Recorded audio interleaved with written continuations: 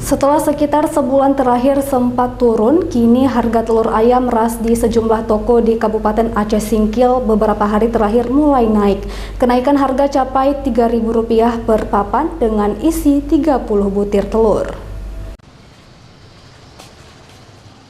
Setelah sekitar sebulan terakhir sempat turun, kini harga telur ayam ras di sejumlah toko di Kabupaten Aceh Singkil beberapa hari terakhir mulai naik kembali. Harga pengambilan pedagang yang sebelumnya berkisar Rp30.000 per papan, saat ini naik menjadi Rp33.000 per papan.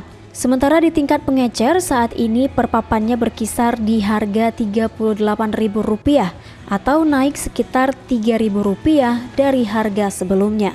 Sementara bila dihitung per butir, harga naik sekitar Rp200 per butir.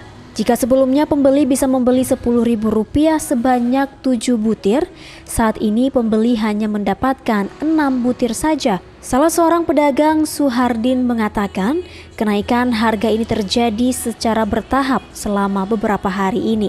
Hingga kini kenaikan harga mencapai Rp3.000 per papan. Kalau harga telur naik Rp3.000 lah per papan. Sebelumnya 30, sekarang 33 modal. Terus untuk ecerannya bagaimana? Enceran kemarinnya itu 7-10 ribu kan, sekarang 6-10 ribu.